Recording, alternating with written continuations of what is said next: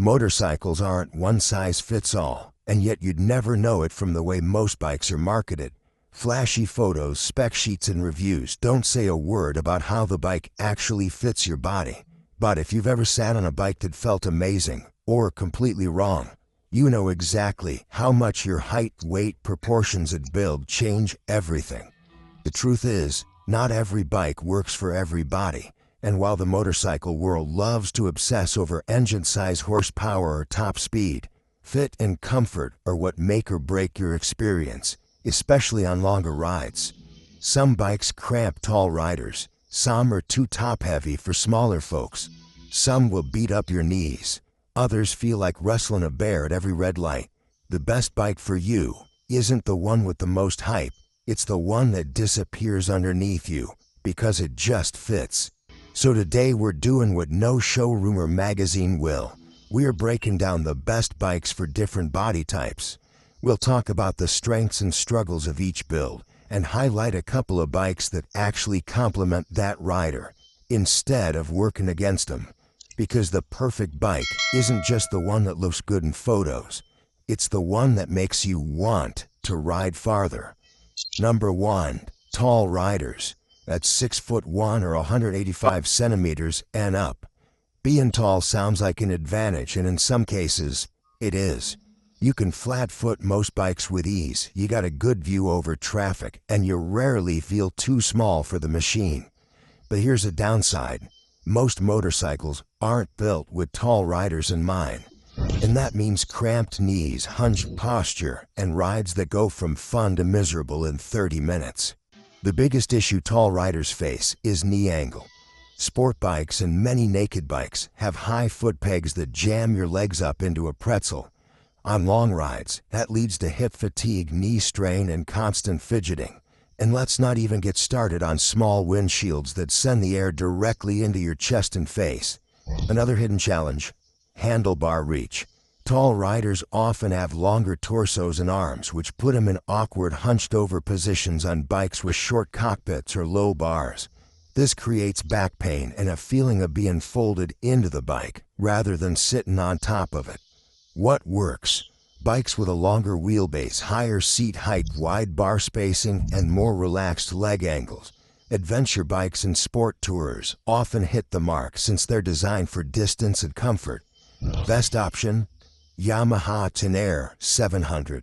This ADV machine fits tall riders like a glove. High seat, 34.4 inches. Upright ergos, wide bars, and long travel suspension give you room to stretch out and soak up terrain. Plus, it's not bloated like a full-size ADV, just lean, tall, and capable. Runner-up, BMW R1250 GS. Yes, it's big, but for taller riders, that size becomes a blessing.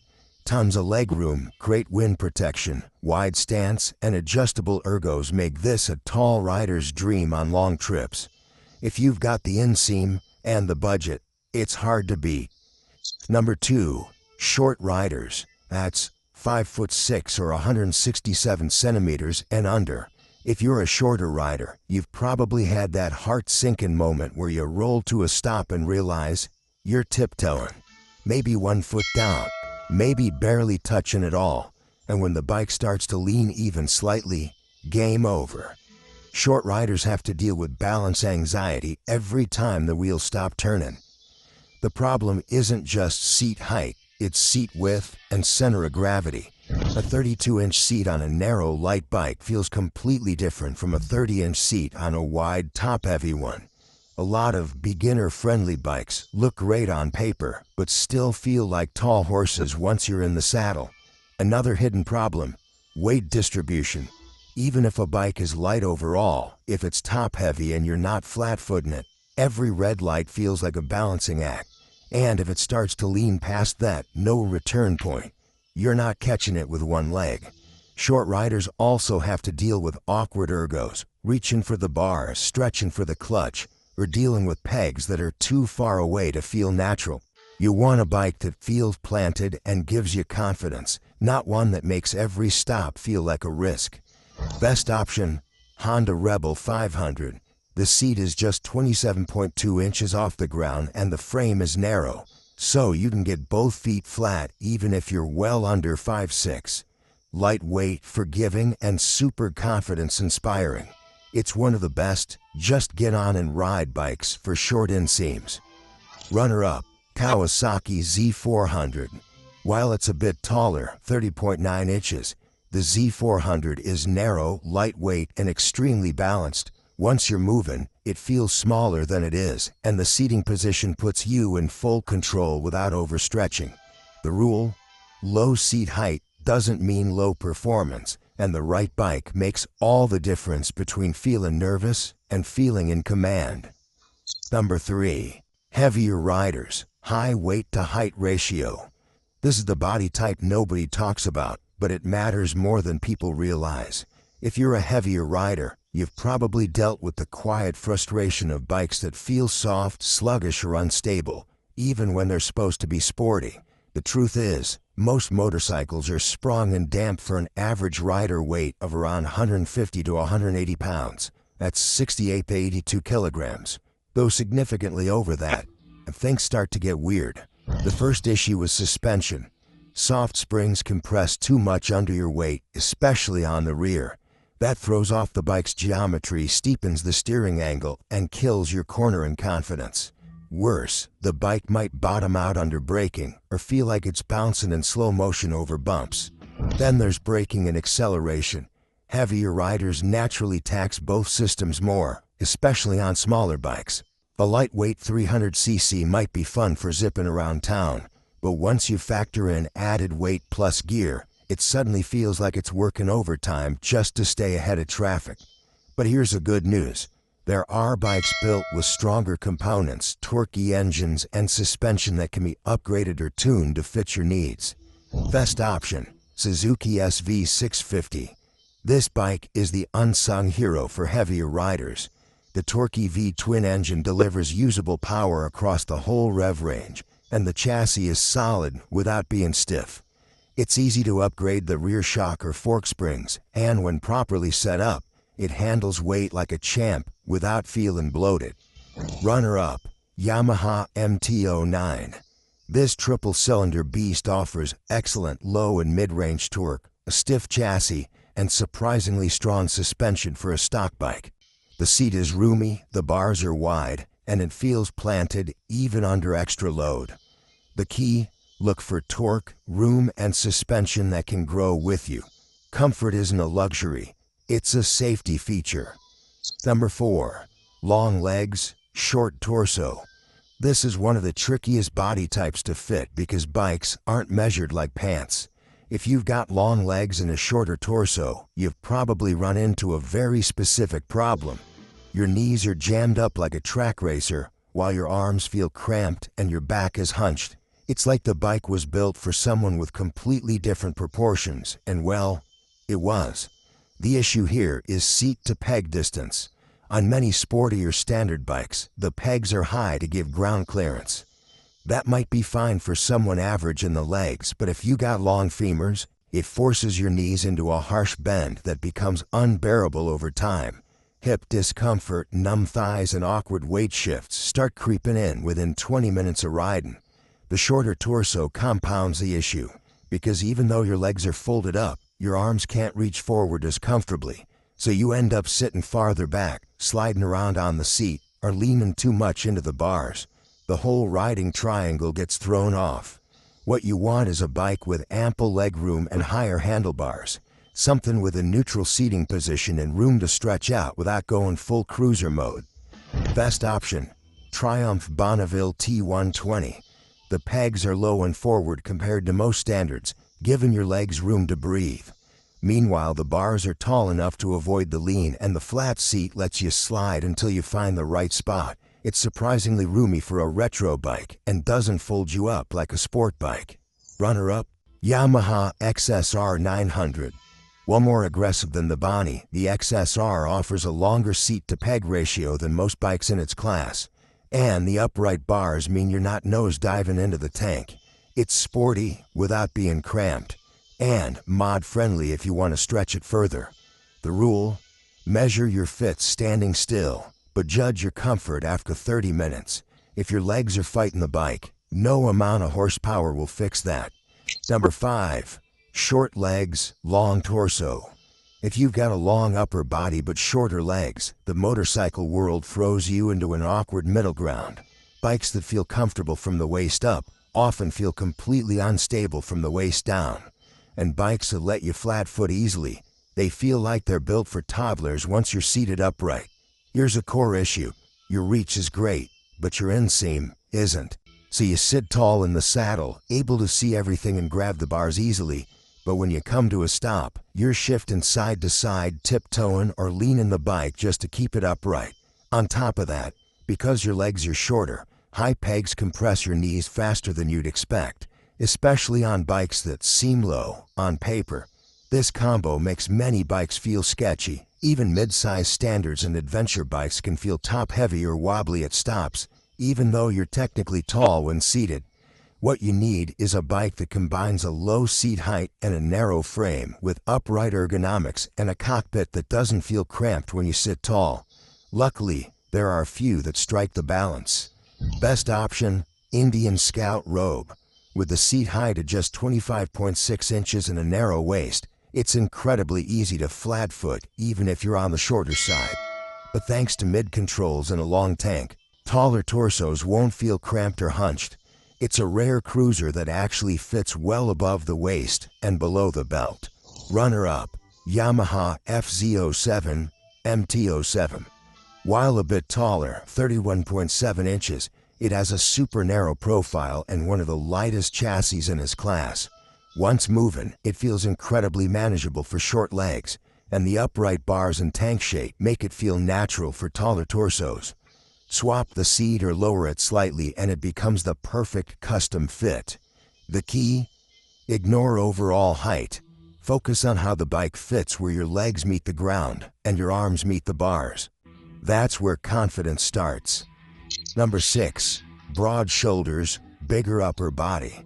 If you've got wide shoulders, a thick chest, or a generally solid built-up top, a lot of bikes, especially modern sporty ones, start to feel cramped, narrow, or twitchy.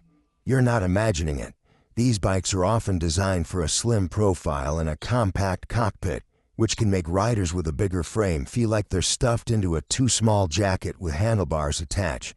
The first thing you'll notice is bar width and angle. Narrow bars, especially clip-ons, can make steering feel hypersensitive and fatiguing. Your elbows end up tucked into your ribs, your chest is compressed, and your back starts to round forward. It's uncomfortable, but more than that, it reduces control. Then there's wind protection. Ironically, even fared bikes with windshields can make things worse. If the cockpit is narrow and the shield is small, your upper body acts like a sail. And because you sit wider and taller than the average rider, the airflow hits you square in the chest, or worse, buffets your helmet constantly. What you need is a bike with wide handlebars, a roomy cockpit, and a seating triangle that lets your arms relax outward, not inward. Bonus points if the tank isn't shaped like a surfboard you have to hug with your ribs. Best option, Yamaha Super Tenere 1200. It's a big ADV bike built for long rides of big bodies. Wide bars, upright stance, and enough leg and elbow room to let larger riders move naturally. It's not a featherweight, but for broad-shouldered riders, it's planted and stable at every speed. Runner-up, Harley-Davidson Fat Bob 114. You want space? The Fat Bob delivers. Wide bars, wide tank, and an open riding triangle. You're not hunched or folded. You sit in the bike, not on it. And with torque for days, it doesn't care what you weigh or how much wind you're cutting. The key here, comfort comes from room, not just reach. You need a bike that lets your arms breathe, your chest open, and your spine stay neutral. If it feels like you're folding yourself into the machine, you're on the wrong one. Number 7. Small frame, lightweight riders. If you're on the smaller side, whether in height, weight, or both, you probably dealt with a bike that felt like it was riding you. The clutch is stiff, the weight shifts are awkward. You go to back it into a parking spot and you feel like you're wrestling a fridge. And worst of all, people constantly recommend starter bikes that still feel like a handful when you're not built like a linebacker. The main challenge here is mass and balance. Even a mid-weight bike like a 650cc can be a serious challenge to manage at low speed if the center of gravity is high and the bike's tall. Lightweight riders often struggle with maneuvering bikes in parking lots, keeping the bike upright at a stop on uneven pavement, or controlling the bike on windy days or in heavy traffic, not because they're inexperienced, but because physics doesn't scale. There's also the issue of clutch and brake pressure. Bikes that are built for the average rider can have levers that require more hand strength than you think. Over a long ride, that fatigue adds up fast. What you want is a bike that feels balanced, responsive, and light on its feet, even at walking speed. Not just lightweight, but low center of gravity, narrow seat, and easy ergonomics. Best option, KTM Duke 390. At just over 330 pounds wet, it's feather light, but still delivers sharp performance. The seating position is upright and confident, and it's narrow at the waist, so shorter or smaller riders can grip it easily. It's one of the few bikes in its class that feels sporty and manageable. Runner-up, Honda CB500F. A bit heavier than the Duke, but extremely well-balanced. The CB500 platform has a low seat height, gentle clutch, and forgiving geometry. It's perfect for riders who want something mid-size without feeling overwhelmed. Plus, it's smooth, confidence-inspiring, and easy to live with. The rule: don't buy a bike based on displacement. Buy one based on how it feels when you're stopped. If it fights you at 0 miles per hour, it'll never be fun above it. Number 8. Older riders, aging bodies. 50 plus or post-injury riders. Whether it's age, past injuries, or just the mileage catching up with your joints, there comes a point where comfort isn't just about luxury, it's about survival. As you get older, everything from mounting the bike to pulling in a clutch lever could start to feel like a chore. And the truth is, most motorcycles aren't built with aging riders in mind. The biggest challenge here is mobility. Swinging a leg over a tall seat, tucking your knees up to cramped pegs, or leaning forward into your wrists might have been fine at 30, but now, that shoulder's not what it used to be. That knee gets stiff after 10 minutes. That clutch lever feels like it was designed by a sadist. Then there's fatigue. Even a lightweight bike becomes tiring if it doesn't let you sit upright or support your posture. A long ride could turn into an endurance test, not because the engine struggles, but because your back, hips, and hands are screaming by the time you hit the next gas station. The good news? There are bikes built for this. You want low-effort operation, upright ergos, smooth power delivery, and easy mounting. Bonus points for automatic options or comfort-focused touring features. Best option, Honda NC750X DCT. This is the gold standard for aging riders who still want to ride confidently. The seat is manageable at 31.6 inches. The parallel twin engine is smooth and torquey, and the automatic DCT transmission needs no clutch, no shifting, just twist and go. It also has integrated storage and a relaxed riding triangle that doesn't demand flexibility. Runner-up, BMW 1250 RT. If you're touring or just want comfort, the R1250 RT is hard to beat. Electronically adjustable suspension, heated grips and seat, relaxed ergos, and one of the smoothest boxer engines ever built. It's not light, but it is planted, predictable, and loaded with comfort features for longer days in the saddle. The rule: ride smart, not hard. A comfortable bike means you ride more and hurt less. There's no best bike for everyone, because riders aren't all built the same. Your body shape, height, proportions, and even your weight distribution have a huge impact on how a bike feels, handles, and performs. What fits your body perfectly might feel like a torture rack to you, and no amount of horsepower or style can make up for a machine that just doesn't fit. The good news? The right bike is out there. You just need to match it to your body, not someone else's idea of cool. So before you chase a spec sheet or get pressured into a popular model, take a step back. Sit on more bikes. Feel where your legs fall. Reach for the bars. Trust how your body responds, because the moment you find one that disappears under you, That's when the real riding begins. If this helped you rethink your next bike, hit that like button and subscribe. And if you got a body type we didn't cover, or a bike that fits like a glove, drop it in the comments. Let's help each other find machines that truly fit. Ride what works, ride what fits, and never settle for uncomfortable.